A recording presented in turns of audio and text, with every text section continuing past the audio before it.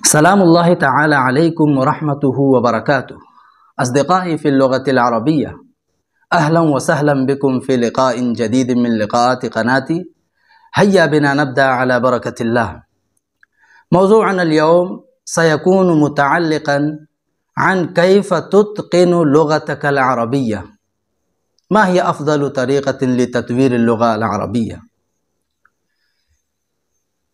إن أنت تشاهد هذا الفيديو يعني أنك تريد أن تتعلم اللغة العربية.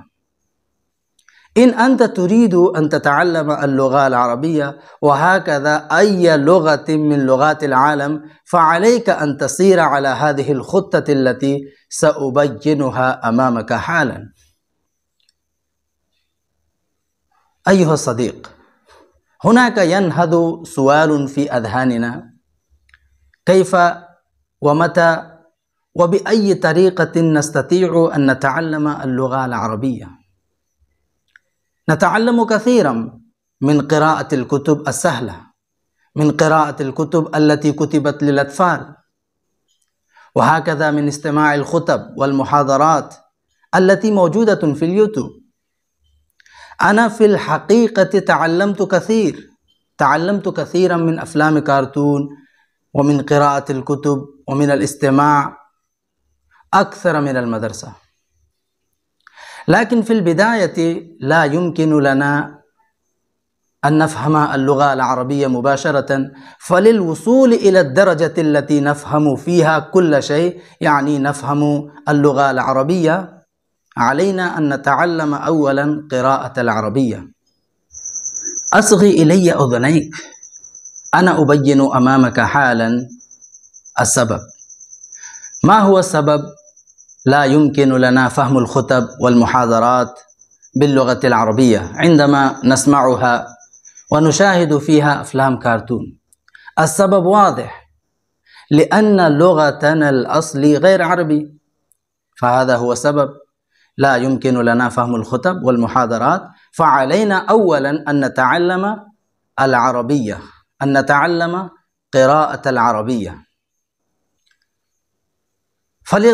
فلتعلم القراءة خصص كتابا مشتملا على القصص باللغة العربية، كتابا سهلا، ثم ابدأ القراءة بدون بحث عن أي لفظ في القاموس تجده صعبا أثناء القراءة.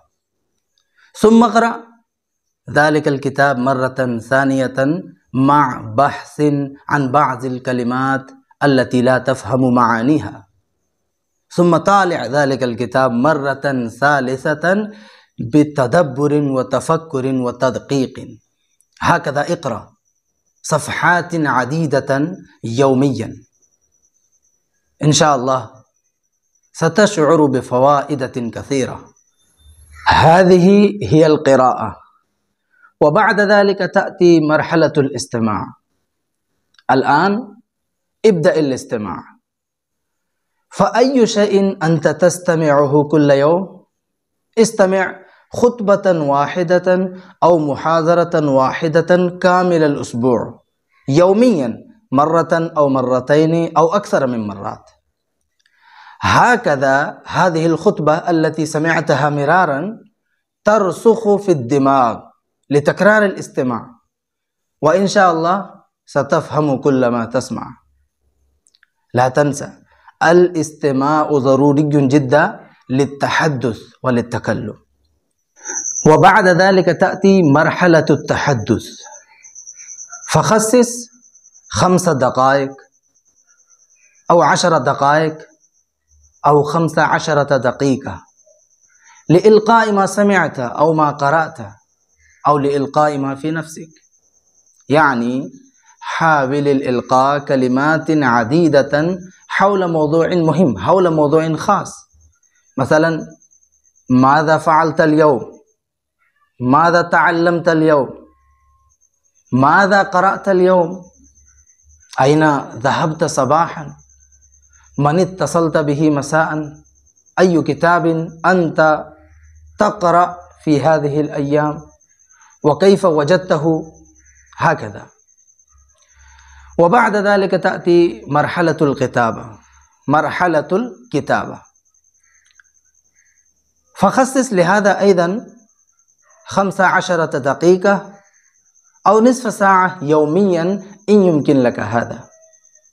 فاكتب ماذا قرأت أو ماذا سمعت، أي قصة عربية قرأتها اليوم، اكتب خلاصة تلك القصة. ماذا شاهدت في السوق، أي فيديو شاهدت في اليوتيوب، الآن أنت تشاهد هذا الفيديو، فاكتب في التعليقات ماذا تعلمت من هذا. استمر في كل هذه الأشياء، إنها ستعينك على تعلم اللغة العربية وتمكنك على التكلم بسرعة. ففي هذه الأيام أنا أقرأ هذا الكتاب،